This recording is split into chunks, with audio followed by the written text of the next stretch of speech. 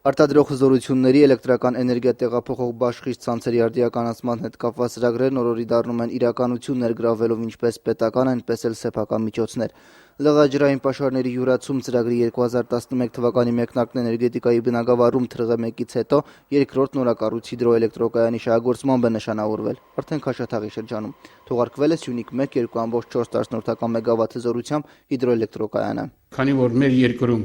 դաշտը ներդրումային գրավիչ էր եւ ինչու՞ չէ նաեւ հարկային պահով, նաեւ մասնավորները ցանկություն հայտնեցին եւ այսօր ունենք արդեն արձանագրված Աղավնո գետի վրա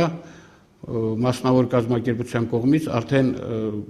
Սյունիք 1 հիդրոէլեկտրոկայանը շահագործման է հանձնվել, Սյունիք 2-ում մոտակա ժամանակում կհանձնվի եւ Սյունիք 3-ի աշխատանքները սկսվել են։ Ամբողջ էներգահամակարգը երկու մասի է բաժանվում՝ արտադրություն եւ սպառողին հուսալի էներգամատակարարում։ Որպեսզի սա իրականություն դառնա, մեկնարկեցին փոքր հեկերի կառուցման աշխատանքները։ Պետական միջոցներով ստեղծվեց Արցախեք ընկերությունը, որի ռազմավարական նպատակը ժամանակակից սարքավորումներով հագեցած հիդրոէլեկտրոկայանների շահագործման ճանապարհով ընկերության արտադրական հնարավորությունների ընդլայնումն է, որն ուղղված կլինի ԼՂՀ-ում էլեկտրաէներգիայի պահանջարկի բավարարմանը, նաև էլեկտրաէներգիայի արտահանմանը։ Էներգո համակարգը փաստորեն մենք մեր երկրում, որպեսզի դարձնենք ժամանակակից, մենք սկսել ենք էներգիայի արտադրությունից։ Այսինքն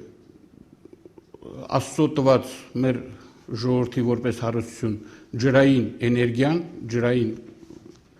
պոտենցիալը էներգիայի վերընկացում էլեկտրական էներգիայի։ Եվ մեր հիմնական նպատակն է, որ մենք աշխատանքների ավարտին, որը շատ հեռու չէ, մոտակա տարիների ընթացքում մենք պետք է էներգիա ներկրող երկրից վերածվենք էներգիա արտահանող երկրի։ Թրղեկասկադում արդեն շահագործման է հանձնված երկու փոքր հեկ, եւս մի քանիսը կառուցվում են։ Տնտեսության զարգացման ռազմավարական նշանակությունից բացի երկու հիմնական ուղղությունների է ձեռք տրվում՝ աշխատատեղերի ստեղծում եւ ոռոգովի հողատարածքների ավելացում։ Մենք այս կասկադները ավարտին հասցնելուն մոտորապես կունենանք 200 աշխատատեղ, որը այդ ենթաշրջանի համար կոնկրետ այդ որտեղ որ կառուցում են այդ հեկերը,